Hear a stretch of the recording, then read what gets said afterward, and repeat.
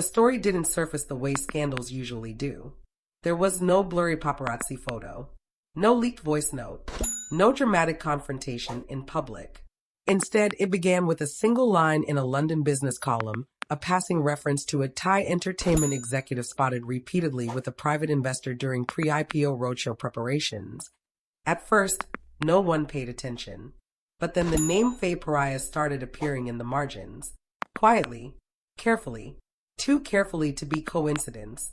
Faye had been in London for legitimate reasons, or so it seemed. Meetings with international consultants, brand positioning discussions, early-stage conversations meant to stabilize Fabel Entertainment's IPO, one of the most anticipated listings tied to a celebrity-founded company in years. Everything about the trip looked professional on paper. What wasn't on the paper was him. The mystery man never appeared in official photos. He wasn't tagged. He wasn't acknowledged. But insiders noticed a pattern. The same black sedan outside multiple venues, the same private dining rooms reserved under shell companies, the same name appearing on guest access lists, always adjacent to Faye's schedule, never overlapping publicly. London insiders began whispering first. They described him as well-connected, low-profile, and deeply embedded in alternative investment circles. Not a celebrity, not a financier with a flashy public trail, someone who specialized in quiet influence. The kind that never shows up in headlines until it does. That's when the IPO team got nervous. In pre-IPO environments, perception matters almost as much as numbers. And suddenly, analysts started asking uncomfortable questions. Who exactly was advising Faye outside the official framework? Why were private meetings happening parallel to regulated discussions? And most dangerously, could there be a conflict of interest lurking beneath the surface? The phrase governance risk began appearing in internal emails. Faye, meanwhile, said nothing. Back home, fans noticed the change before the business press did. Her social media presence shifted. Posts became sporadic. Comments were limited. Interviews were postponed without explanation. Even her tone, once confident and open, became restrained, as if every word was being weighed by a legal team before release. Then came the first leak. A London-based entertainment blogger published a thread detailing overlapping timelines between Faye's meetings and off-record investor gatherings. No accusations, just facts, dates, locations, enough to spark speculation without crossing legal lines. Within hours, the post was everywhere. Suddenly, London Mystery Man wasn't a rumor, it was a narrative. And narratives are dangerous when money is involved. Fabel's IPO advisors reportedly pushed for damage control. Statements were drafted. Background checks were accelerated. Legal teams began reviewing whether any undisclosed advisory relationship, real or perceived, could delay filings or spook institutional investors.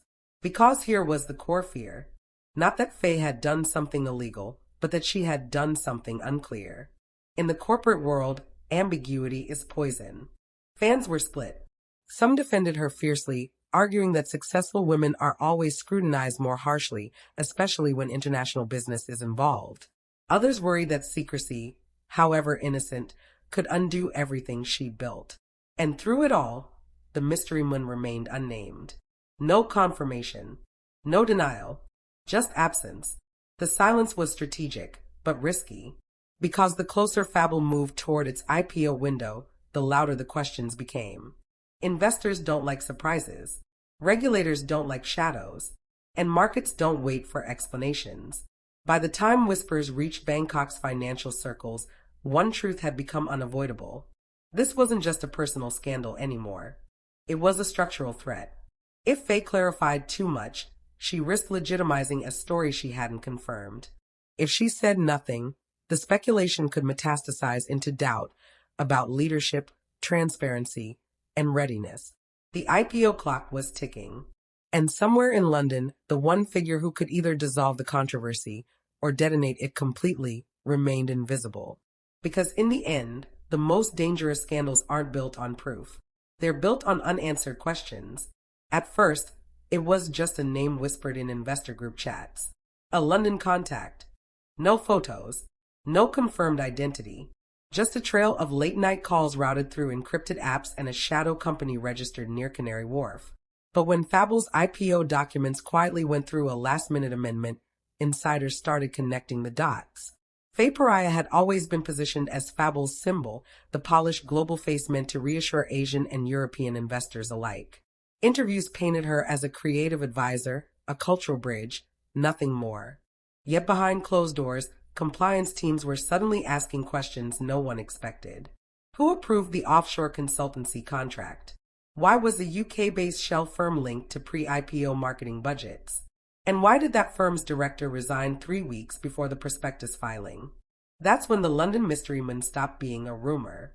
According to fictional sources close to the deal, the man wasn't a financier at all, but a strategic fixer, someone known in elite circles for solving visibility problems for fast-growing companies. His past projects, always successful. His methods, always invisible until regulators arrive. The danger for Fabel wasn't scandal in the tabloids. It was timing. An IPO lives or dies on confidence. One unanswered question about undisclosed influence, one hint of conflict of interest, and institutional investors pull back instantly. Not because guilt is proven, but because uncertainty is expensive. Inside Fabel, panic set in quietly. Legal teams pushed for distance. PR teams drafted 3 versions of the same statement. Executives began using phrases like no operational involvement and purely symbolic partnership. And Faye, she stayed silent. No denial, no clarification. Just a single social post from Paris, captioned, "Truth always finds its moment." In this fictional universe, that silence is what shook the market most. Because in IPOs, perception isn't reality. It's leverage. And one unresolved London connection was enough to make investors ask the question that matters most. If this is what we see before listing, what don't we see yet? The story didn't break all at once. It leaked, quietly, unevenly, and in pieces that didn't seem dangerous on their own. At first, it was just a photograph. Not a scandalous one. No hand-holding. No late-night club exits. Just a slightly grainy image taken outside a private members' lounge in Mayfair. The lighting was poor, the angle imperfect, but the woman in the photo was unmistakably Faye Peraya. Across from her sat a man no one could identify. And that, strangely, was the problem. Because at the exact same time that photo surfaced, Fabel Group, the lifestyle and wellness conglomerate Faye had quietly become the public face of, was entering its most sensitive phase yet. Pre-IPO roadshows, investor briefings, and regulatory disclosures that demanded absolute clarity. Every relationship, every financial tie, every possible conflict. And suddenly, there was a man in London who didn't appear on any document. Faye Peraya had spent years crafting an image that felt both aspirational and controlled. She wasn't loud. She wasn't reckless. She didn't overshare. In interviews, she spoke about discipline, emotional boundaries, and building something bigger than fame. Her partnership with Fabel Group had been framed as a natural evolution, from actress to entrepreneur to global brand ambassador, with equity stakes rumored to be significant but symbolic.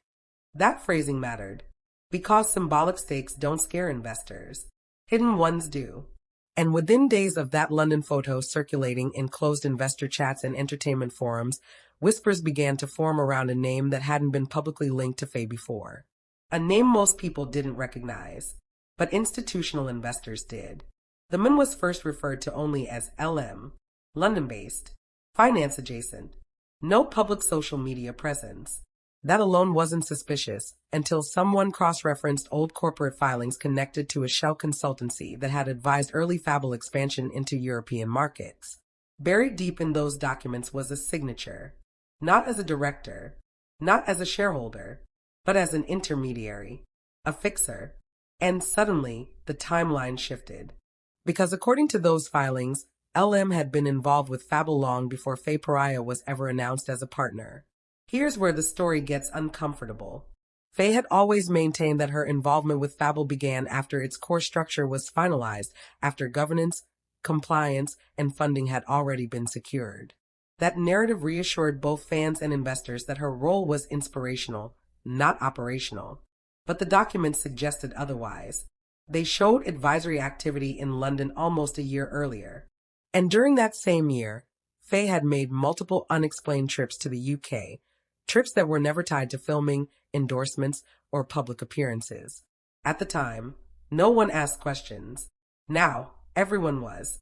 What made the situation volatile wasn't romance. It was proximity. If LM was personally close to Faye and professionally entangled with Fabel, then the IPO disclosure requirements changed dramatically. Suddenly, regulators would want answers, investors would want reassurances, and journalists would want receipts. Within a week, Fabel's internal communications reportedly shifted tone. Investor decks were revised. Language around independent advisory partners quietly disappeared. One European expansion slide was removed entirely. These are not dramatic moves. They are defensive ones. Then came the silence. Faye didn't post. Fabel didn't comment. And the London one remained unidentified. But silence, in this case, only amplified the speculation. Because in the vacuum, a second piece of information surfaced, this time from a former Fabel consultant who had exited the company under a non-disclosure agreement. They didn't break the NDA directly. They didn't need to. All they did was confirm one sentence. There was always one external voice in the room that didn't officially belong there. That sentence spread faster than the photo, because it reframed everything. If there was an unofficial influence shaping Fabel's early decisions, particularly its European market positioning, then the IPO valuation itself could be questioned. And valuation is built on trust. Trust that governance is clean. Trust that influence is transparent. Trust that celebrity partners are not silent power brokers. And once trust cracks, markets react. Behind the scenes, damage control reportedly went into overdrive. Legal teams began preparing clarification statements that were never released. PR advisors suggested Faye issue a personal clarification separating her private life from corporate matters. She declined. That decision, more than anything else, made investors nervous, because it suggested the issue wasn't just personal. It was structural. By the third week, the narrative had shifted again. No longer was the question, who was the London mystery man? It became, how much did he know, and how early? Because sources close to the situation began suggesting that LM had been instrumental in introducing Fabel to early offshore capital. Not illegal, not unethical, but undisclosed. And disclosure is everything when a company is about to go public. Faye's inner circle reportedly advised her to step back. Temporarily, quietly, gracefully, but stepping back would imply guilt. Staying silent implied confidence. And Faye chose silence. In a single, carefully worded statement released through her agency, she said only this: I have always acted with integrity in every professional relationship. Any assumptions beyond public information are speculative. No denial, no confirmation, no clarification. And that ambiguity became the headline. The market reaction was subtle, but unmistakable. Analysts began adjusting projected valuations downward out of caution. 2 international funds reportedly postponed participation pending additional governance transparency. And Fabel's IPO timeline, once confidently scheduled, was suddenly described as flexible. Flexible is corporate language for unstable. What's fascinating is how quickly public sentiment divided. Fans defended Faye fiercely, pointing out that male celebrities were rarely scrutinized this way. Critics countered that this wasn't about gender, it was about disclosure. And in between were industry insiders quietly watching one question. Would Fabel sacrifice clarity to protect a star, or sacrifice a star to protect the IPO? Because history shows companies rarely choose people over profit. By the end of the month, the London one was finally named by a foreign business publication. Not in a headline, not in a feature, in a footnote.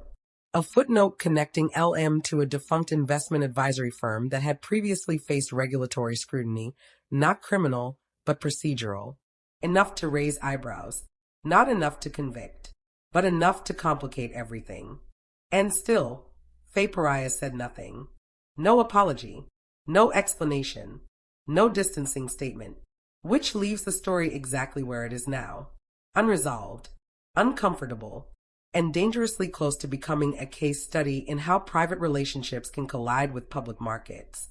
Because the real question is no longer whether Faye Peraya knew this man.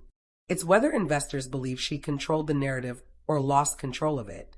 And in the world of IPOs, perception can be more powerful than truth.